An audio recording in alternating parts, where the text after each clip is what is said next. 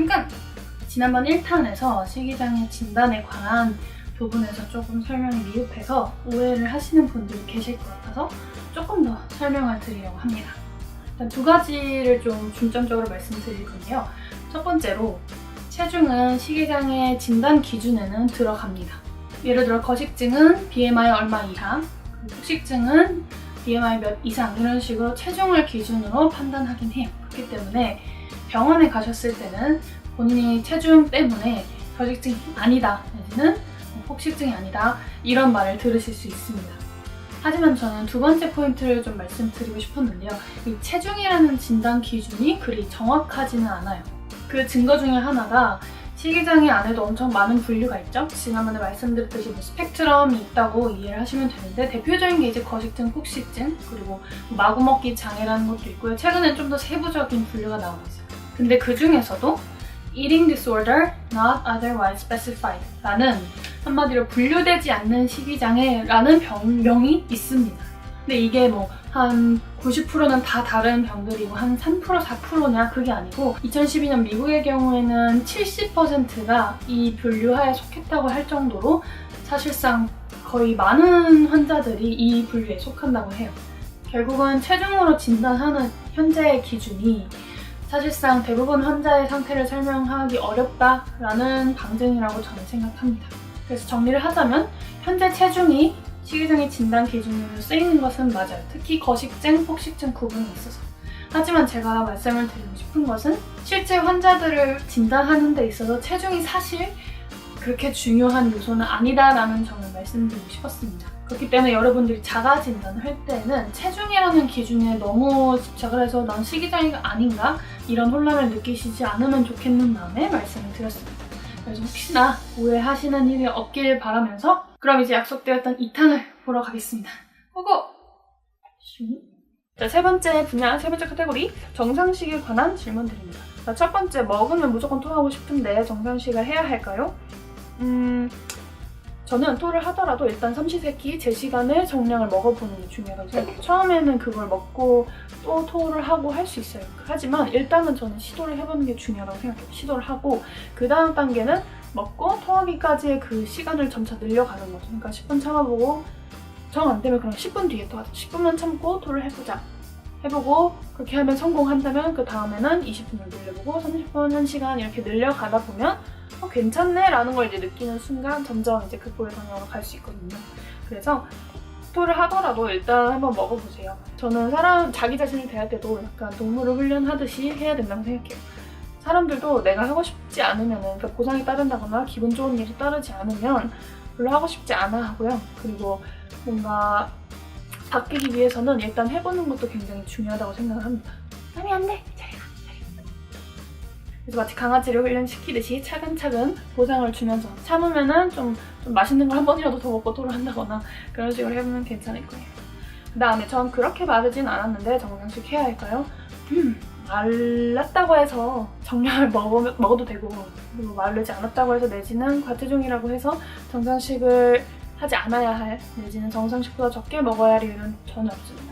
정상식 자체가 사람들이 기본적으로 필요로 하는 그런 영양분과 칼로리를 가이드라인으로 잡고 있는 거라고 생각해요. 그렇기 때문에 모든 식이장애 치료법이라고 생각하시면 됩니다. 과체중이든 내가 폭식증이든 이미 먹는데 또 먹으라고요? 네, 정상식을 하세요. 그러니까 정상적인 그 시간대에 드시고 그 외에 더 드시더라도 지금은 더 드시더라도 일단은 훈련을 하시는 게 좀 중요하다고 생각해요.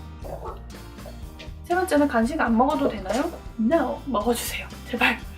이게 저는 의사가 아니지만 이 가이드라인 자체가 의사분들이 제안을 하시는 거니까요. 만약 의사선생님 자 이거 아침, 점심, 저녁에 드세요 했는데 우리가 갑자기 다짜고짜 저녁 건 안 먹어도 되나요? 라고 하면 이건 지금 치료를 하려는데 안 먹으면 안 되잖아요. 간식도 그런 차원이라고 생각하시면 되겠어요. 뭔가 내가 나를 막 살찌운다 이렇게 생각하지 마시고 약을 먹는다 라고 생각을 해주시면 좀 더 마음이 편하지 않을까요? 이게 아마 대부분이 그런 치료에 대한 두려움, 그러니까 먹는 것에 대한 두려움이라고 생각을 해요. 그래서 처음에는 정말 작은 사탕이라거나 조그마한 초콜릿에서 시작을 하고 점차 늘려가더라도 일단은 드셔보시는 게 중요합니다. 아까 말씀드렸듯이 먹고 토해도 괜찮으니까요. 일단 먹어보는 게 중요해요. 먹어보고 그 다음에 조금이라도 참아보는 거예요. 참고 토를 한다면 다음날에 좀만 더 참아보자. 하면서 이제 스스로 성취를 하면 그것도 좋은 기분으로 남을 수 있고요. 그리고 설사 그것이 되지 않더라도 저는 먹는 것만으로도, 시도하는 것만으로도 의의가 있다고 생각해요. 무조건 한 방에 된다는 생각은 극복을 하실 때, 치료하실 때는 좀 내려놓으시는 게 좋을 것 같습니다. 네, 마지막으로 지금도 저한테 간식을 먹냐고 물어보시는 경우가 있는데 네, 먹어요. 그래서 저는 뭐 지금은 다 그렇고 뭔가 규칙적으로 챙기는 거는 이제 필요가 없다고 생각을 해서 배가 고프면, 입이 심심하면 뭔가 사 먹습니다. 그때그때 약간 꽂히는 게 다른데 얼마 전에는 금빛티첼 같은 물젤리에 엄청 꽂혀 있다가 요즘은 그냥 좀 쫀득쫀득한 뭐 해외에서 들어온 하리보거나 트롤리 이런 젤리들을 가끔 이제 비싸니까 가끔 사 먹는 거에 좀 꽂혀 있고요. 그리고 얼마 전에 먹은 아주 맛있는 과자가 있길래 되게 배가 고프면 사 먹을 것 같아요. 치토스 스모크 바베큐인가 하는 건데 맛있는 거예요. 그래서 가끔 먹어볼 것 같습니다. 마지막 카테고리는 가족 내지는 친구들에 관한 건데요. 첫 번째로 부모님 내지는 친구들에게 말씀드려도 될까요? 말해도 될까요? 하는 질문들이 많은데요. 일단 첫 번째로 이 주변인들에게 말해야 하는 상황이 있을 때 내가 말해도 될까 아닐까를 판단하실 때는 첫 번째, 말해야 할 이유가 있는지 한번 생각을 해보세요. 저는 식이장애 사실을 다른 사람들에게 밝히는 게 굉장히 좀 리스크가 크다고 봐요. 말함으로써 이해를 받고 내 마음이 치유될 가능성도 물론 있지만 그보다도 이해받지 못해서 받는 상처 내지는 좀 더 오히려 나쁜 말, 그러니까 나에게 해가 되는 말을 들어서 받는 상처 이런 것에 대한 리스크가 굉장히 크다고 봅니다. 그래서 일단은 이유가 없다면 저는 조금 기다려보시는 게 어떨까요? 그냥 상담을 받거나 다른 좀 더 나에게 정말 확실하게 좋은 말을 해줄 수 있는 사람에게 말을 하고 좀 보류해두는 건 어떨까요? 전 이런 입장입니다. 그래서 이런 말해야 할 이유라고 하면 일단 첫 번째로는 좀 정서적으로 도움을 받고 싶어서 감정적인 의지를 하고 싶어서 두 번째는 경제적인 지원인데요. 경제적인 지원이 걸리게 되는 순간 사실 말할 수밖에 없는 것 같아요. 저도 엄마께 말씀을 드렸을 때 입원을 해야겠다는 생각에 전 돈이 없으니까 엄마한테 말씀을 드린 거였고 그건 어쩔 수 없다고 생각을 합니다. 그래서 정말 방법이 없다면 말씀을 드려야겠죠. 근데 만약에 감정적인 거라면 이제 두 번째 판단 기준으로 넘어가야 되는데요. 과연 이 사람이 나의 말을 경청할 사람인가? 내가 이 사람에게 말하고 거절을 당하더라도 그래도 내가 좀 괜찮을까? 라는 것도 좀 한 번쯤 생각을 해보셔야 해요.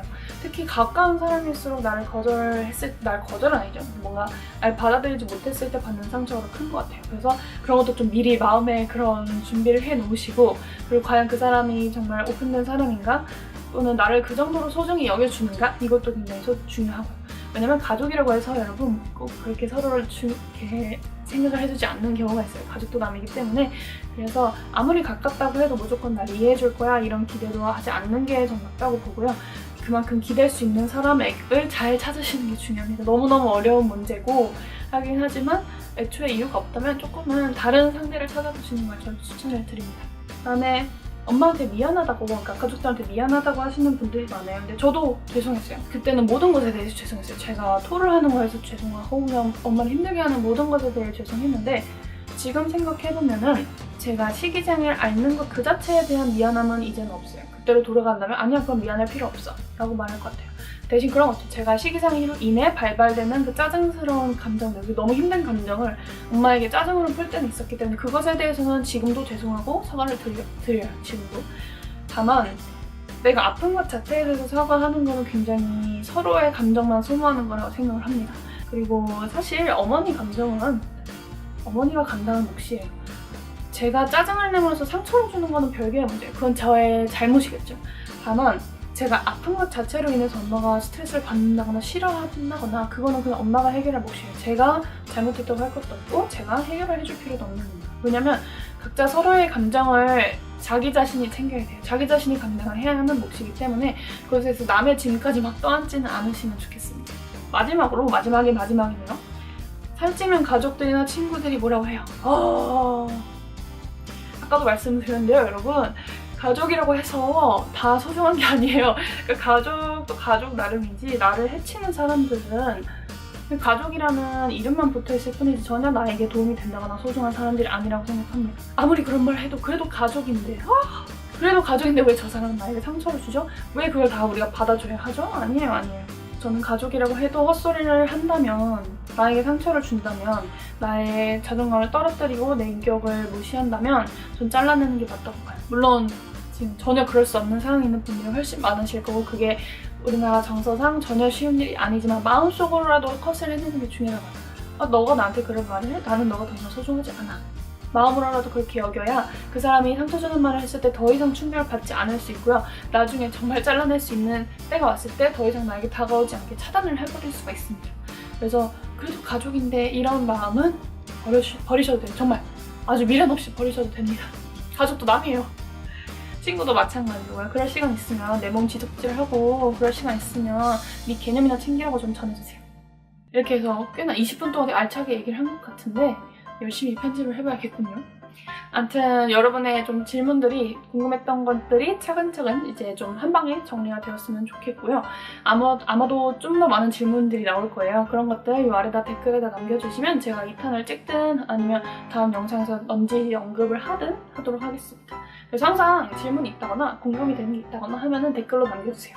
그래야 저도 이제 댓글을 보고 이런 질문 있으시구나 하고 콘텐츠 기획도 할 수 있고, 그리고 제가 보기에는 서로 공감해주는 것 자체가 영상을 보시는 분들한테도 도움이 될 것 같아요. 그렇기 때문에 오늘 용기가 굉장히 필요한 일이고 댓글을 남겨주시는 한 분 한 분께 정말 감사드리고요. 좀 더 많은 분들이 남겨주셔서 저도 많이 위로를 해드리고 공감을 해드릴 수 있고 다른 분들도 보고 용기를 얻을 수 있으면 좋겠습니다. 너무 많은 분들이 응원을 해주셔서 매번 정말 감사드리고요. 다음에 또 봐요. 그럼. 안녕. 안녕.